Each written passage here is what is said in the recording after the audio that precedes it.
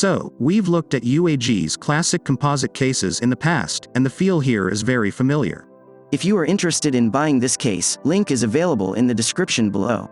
Namely, the time-honored topographic stiffener design, hexagonal texturing, and faux screws continue to be carried over. The newest tweaks you'll find are on the details around the perimeter and the vibrant color additions. We weren't sure about this seemingly bright cobalt blue color based on the product page. Our worries were calmed when we got it. The blue is actually deep and lush in person. It pairs fantastically with the iPhone, since the case has black accents throughout. Speaking of which, the matte plastic you'll find around the frame of the case is of a thick, rubbery quality, very durable stuff. It also contrasts nicely with the glossy body. Just like we said in the beginning, this case has equal amounts of looks and protection, rated with the military impact standard.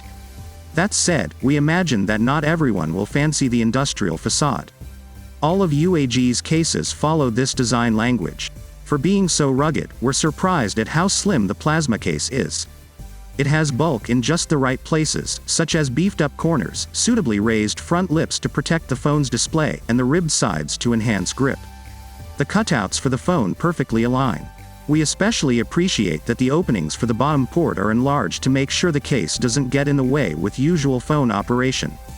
We must say that although the case provides ample protection, case makers always struggle with Samsung's non-conventional design. The downside here is that, at the right-wrong angle, the glass can be impacted here. We've always loved the way UAG does the physical button overlay. They have the perfect thickness and tactile feel. The power button have a very identifiable ridged texture, while the volume rocker is thicker on its ends.